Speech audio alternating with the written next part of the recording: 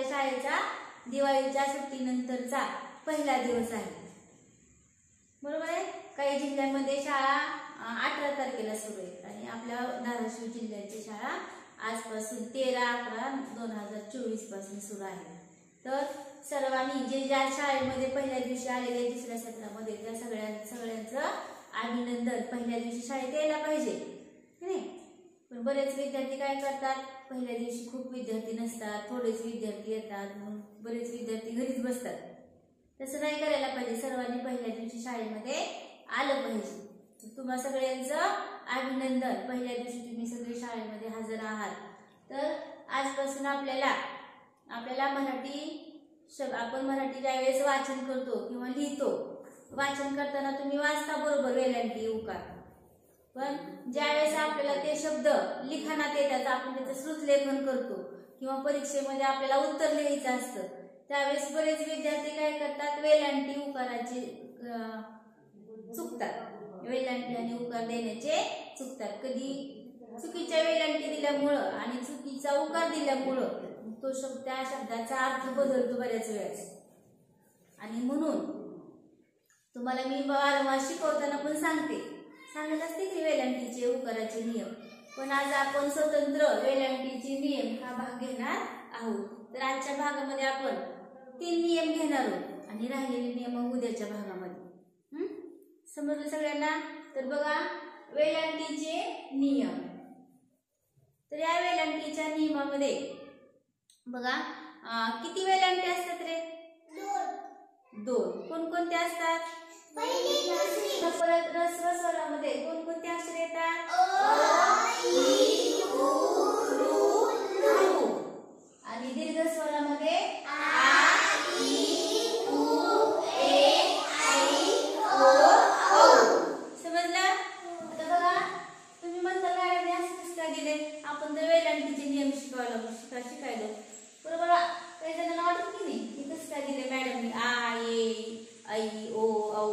तर एखाद्या शब्दामध्ये जर अक्षराला एक मात्रा आला असेल, ए म्हणजे एक मात्रा किंवा आई म्हणजे 2 मात्रे, ओ म्हणजे काना आणि 1 मात्रा आला असेल, तर त्याच्या आधीच्या अक्षराला कोणती वेलांटी द्यायची किंवा कोणता उकार द्यायचा हे आपल्याला या दीर्घ स्वरामध्ये पाहायचं आहे। लक्षात आलं सगळ्यांना? तर बघा आपल्याला आता वेलांटीचा पहिला नियम बघायचा आहे। काय बघायचा आहे? नियम पहिला किंवा नियम 1। नियम 1 बघायचा आहे। तर काय आहे? मराठी शब्दातील बघा, मराठी समजून घ्या, मराठी शब्दातील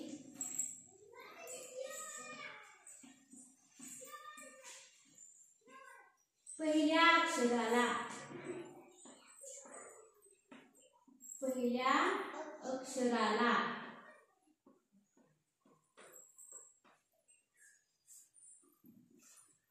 शक्यतो सांगा बघ किती वेलांटी द्यायला सांगितले मी? शक्यतो पहिली वेलांटी असते, पहिली वेलांटी असते। मी सांगितले तरी शिकवताना बऱ्याच वेळेस, पण काय म्हणताय? शक्यतो म्हणजे प्रत्येक वेळेस पहिली वेलांटी नसते, त्याचे नियम बदलतात मराठीमध्ये। कधी कधी दुसरी पण येते पहिल्या अक्षराला, पण आता आपल्याला पहिल्या नियमामध्ये काय पाहिजे? मराठी शब्दातील पहिल्या अक्षराला शक्यतो पहिली वेलांटी असते। तनुजा किती वेलांटी असते? पहिली। तर बघा आपल्याला याची उदाहरणं पाहिजेत। मग पहिल्या मराठी शब्दामध्ये पहिल्या अक्षराला पहिली वेलांटी आलेली आपल्याला शब्द पाहिजे। हा नियम लक्षात राहिला पहिला। काय सांगितलंय? मराठी शब्दातील पहिल्या अक्षराला जर वेलांटी आली, शक्यतो पहिली वेलांटी असते। शक्यतो म्हणजे बऱ्याच वेळेस पहिली वेलांटी असते। शक्यतोचा अर्थ काय? बऱ्याच वेळेस पहिलीच वेलांटी असते। हा नियम लक्षात ठेवायचा।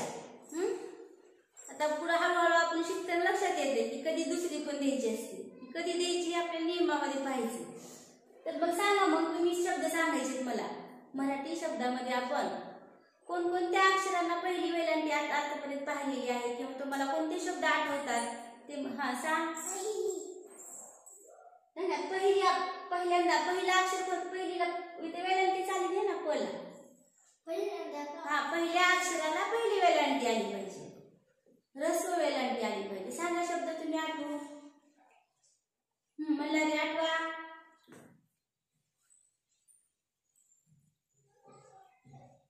बघा पिवळा आहे की नाही पहिली वेलांटी. बघा पिवळा लक्षात ठेवा शब्द. बघा पीला कोणती वेलांटी आली. पिवळा पहिली वेलांटी आली. हिरवा. दिवस.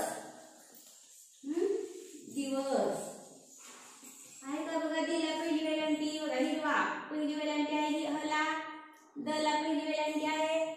दिवाळी. छान दिवाळी. तुझं नाव विसरली. दीपाली. दीपाली. दीपाली मध्ये पहिली वेलांटी. सांगा आणखी. दीपिका. दीपिका.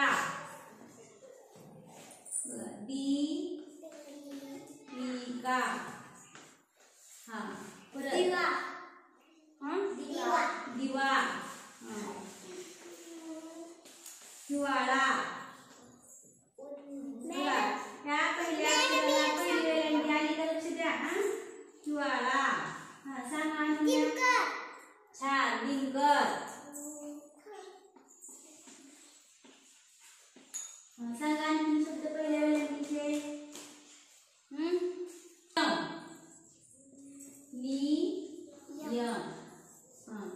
परत सांगा. निसर्ग. छान निसर्ग.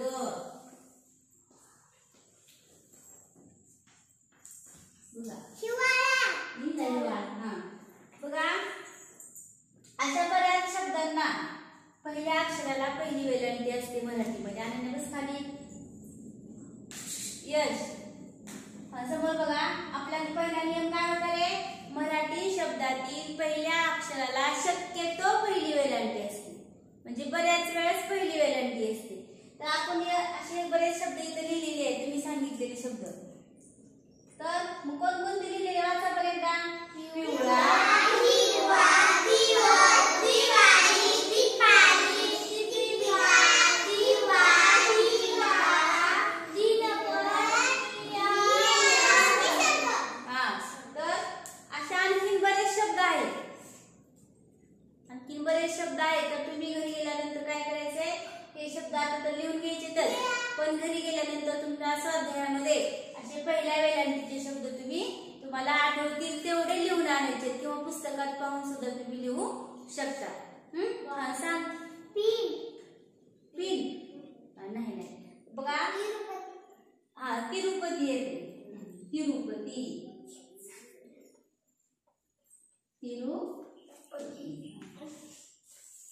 समजलं का. असे आणखी बरेच शब्द आहेत. पण आपण काय केले आता तुम्ही थोडेच घेतले. तर तुम्हाला मी नंतर स्वाध्याय सांगणार आहे. त्यावेळेस स्वाध्यायामध्ये तुम्ही हे शब्द तुम्हाला आठवून लिहून आणायचे. समजलं. पहिला नियम समजला कसा. काय रे पहिला नियम. मराठी शब्दातील पहिल्या अक्षराला शक्यतो पहिली वेलांटी असते. आता यापुढे चुकणार नाही तुम्ही वेलांटी द्या. नियम दुसरा. मराठी शब्दातील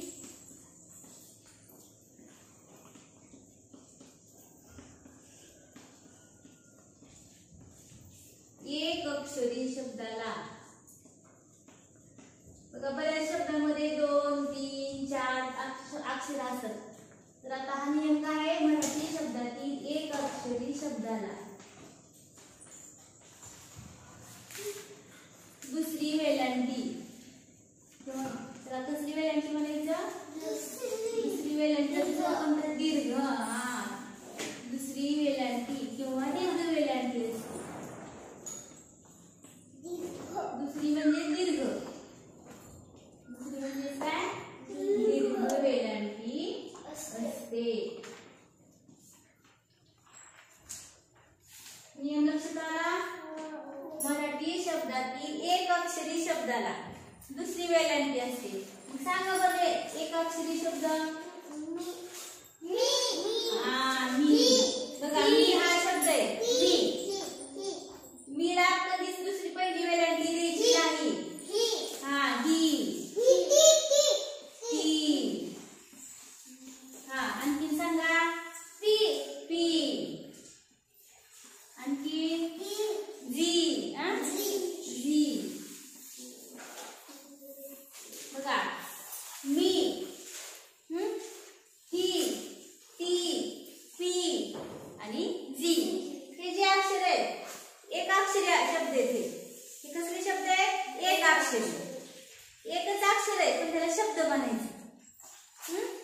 एकाक्षरी शब्दाला कधी किती वेलांटी येते?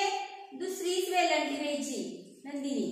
आता मी आपलं लक्षात ठेवणार आहे, एवढं सांगून जर तुम्ही चुकलात, एकाक्षरी शब्दाला म्हणणारी किती वेलांटी द्यायची? दुसरी. किती वेलांटी द्यायची? दुसरी वेलांटी द्यायची. समजलं? दुखायला येतं तुझं मग? हा, तर याला अपवाद कोणता शब्द आहे बघा? नी. एक शब्द त्याला अपवाद आहे नी, कारण नी हा शब्द ह्या नीला पहिली वेलांटी येते आणि नी हा शब्द आपल्या संस्कृत भाषेमधून घेतलेला जसाच्या तसा घेतलेला आहे. जसं आपली मराठी भाषा आहे तसं संस्कृत भाषा आहे आणि या संस्कृत भाषेमधले काही शब्द आपल्या मराठीमध्ये जसेच्या तसे घेतलेले, त्याच्यामध्ये बदल केलेला नाही. आणि म्हणून मी हा शब्द कोणती वेलांटी त्याला? पहिली वेलांटी. मी हा तत्सम शब्द आहे म्हणून त्याला पहिली वेलांटी द्यायची. बघा, तू मी खेळायला जाऊ. बरोबर आहे? म्हणजे आपण असं दोन वाक्याला जोडताना हा शब्द वापरतो. तू मी खेळायला जाऊ. तू मी अभ्यासाला बसू. समजलं का? एकाक्षरी शब्दाला किती वेलांटी द्यायची? दुसरी. सगळ्यांना नियम लक्षात राहिला? आता बघा पुढचा नियम बघा, नियम तिसरा. सगळ्यांनी समजून घ्या. नियम 3 कोणता आहे आता बघा? पहिला समजला तुम्हाला? मराठी शब्दातील पहिल्या अक्षराला शक्यतो पहिली वेलांटी द्यायची. आणि दुसरा नियम आहे एकाक्षरी शब्दाला दुसरी वेलांटी द्यायची. आता तिसरा नियम बघा, मराठी शब्दातील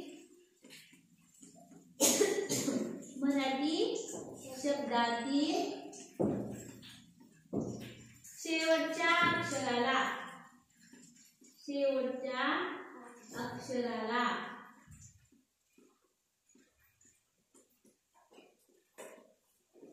दुसरी वेलांटी किंवा दीर्घ वेलांटी असते. दुसरी वेलांटी किंवा कसली? दीर्घ म्हणायची त्याला. दीर्घ.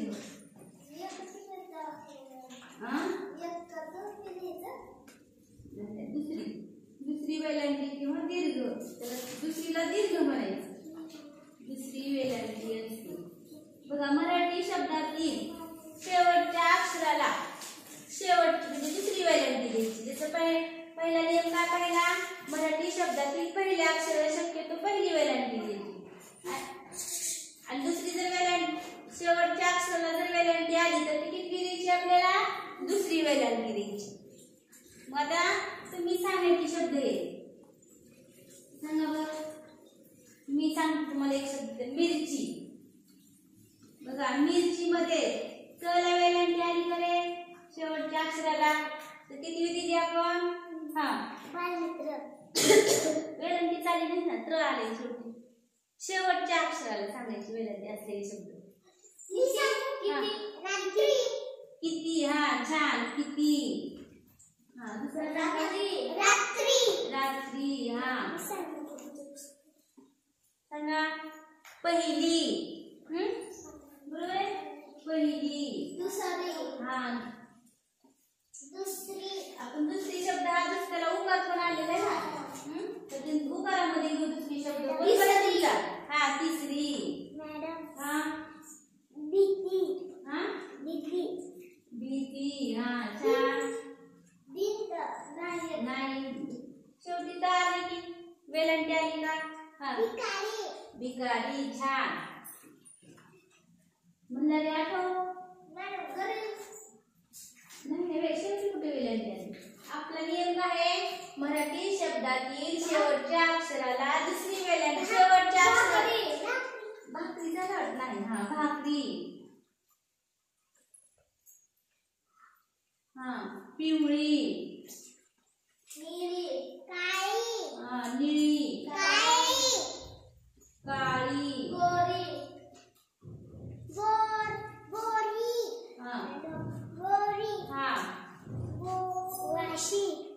हा, वाशी. ताशी.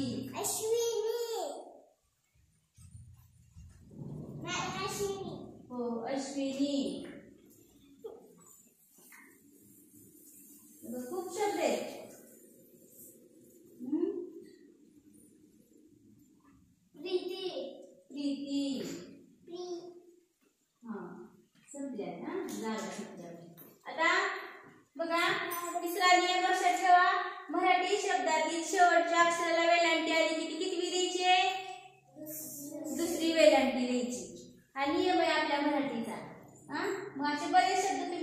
सांगितलेले आहे, तर घरी गेल्यानंतर तुम्ही त्या नियमाचे सुद्धा शब्द तुम्ही लिहून आणायचे. आपण लिहिलेत बरेच तुम्ही सांगितलेले शब्द, पण तुम्हाला आठवलेले आणखी बरेच शब्द तुम्ही दुसऱ्या वेलांटीचे लिहून आणायचे. शेवटी दुसरी वेलांटी आली पाहिजे. लक्षात राहिले काय 3 नियम. तर आजच्या भागामध्ये आपल्याला हे 3 नियम बस झाले आपल्या आजच्या भागामध्ये. आता जर सगळं घेतलं तर काय होईल, तुमच्या डोक्यावरून जाईल. बरोबर आहे. मग आता उद्याच्या भागामध्ये आपल्याला शेवटी जर आकारांत शब्द आकारांत अक्षर आले शेवटी, तर कोणती वेलांटी द्यायची हा नियम उद्याच्याला पाहायचा आहे. तो आजच घेतला तर काय होईल, तुमचा गोंधळ होईल. तुमचा वयोगट लहान आहे, तुम्ही लहान आहेत आणखी, म्हणून तुम्हाला समजायला जड जाईल, थोडस आवड जाईल. म्हणून आजच्या भागामध्ये आपल्याला हे 3 नियम पास झाले. समजले 3 नियम. परत एकदा सांगते. पहिला नियम काय होता, मराठी शब्दातील पहिल्या अक्षराला शक्यतो पहिली वेलांटी असते. पिवळा पहिली वेलांटी दिली आपण. नियम पहिली वेलांटी दिली. समजले शब्द. पुन्हा दुसरा नियम काय होता, मराठी शब्दातील एक अक्षरी शब्दाला नेहमी दुसरी वेलांटी असते. नेहमीच, कधीच पहिली द्यायची नाही. पहिली चुकून सुद्धा द्यायची नाही. फक्त कोणता शब्द सोडला तर नी शब्द सोडला तर नीला पहिली वेलांटी द्यायची, कारण हा तत्सम शब्द आहे. संस्कृत भाषेतून तो जसाचा तसा घेतलेला आहे. तिसरा नियम आहे, मराठी शब्दातील शेवटच्या अक्षराला दुसरी वेलांटी असते किंवा दीर्घ वेलांटी असते. शेवटी वेलांटी आली की किती द्यायची सांगा. शेवटी वेलांटी आल्यावर झोपलेत का, दुसरी शेवटच्या अक्षरा शब्दात मराठी शब्दातील शेवटच्या अक्षराला नेहमी दुसरीच वेलांटी असते. काही शब्द अपवाद असलेले तुम्हाला पुढच्या नियमामध्ये सांगितले जाते. बघा, मिरची, किती, रात्री, पहिली, तिसरी. बघा, शेवटच्या अक्षराला किती वेलांटी आली रे, दुसरी. आणि एक शब्द त्याला आहे आणि हा शब्द आहे. आणि हा शब्द आपल्या मराठी भाषेतलाच आहे, पण त्याला पहिली वेलांटी असते. बघा, पाणी शब्द जर आपण लिहिला, पाणी, इथं पण न बाणाचं आहे, पण ह्याला दुसरी वेलांटी द्यायची. आणि इथं पण न बाणाचंच आहे, पण ह्याला पहिली वेलांटी दिली आपण. मग बऱ्याच विद्यार्थ्यांचा गोंधळ होईल, कसं मॅडमने आज कसं सांगितलं. मग आणि हा शब्द 2 वाक्यांना जोडणार आहे. आजच्या स्वाध्यायामध्ये तुम्ही पहिल्या नियमाचे शब्द पहिल्या वेलांटीचे, पहिल्या शब्दातील पहिल्या अक्षराला पहिली वेलांटी, शेवटच्या अक्षराला दुसरी वेलांटी. हे जे शब्द आहेत तुम्ही आज एवढे तर लिहायचेच आहेत, पण आणखीन आठवून किंवा पुस्तकातले पाहून तुम्ही हे शब्द मनाने लिहून आणा.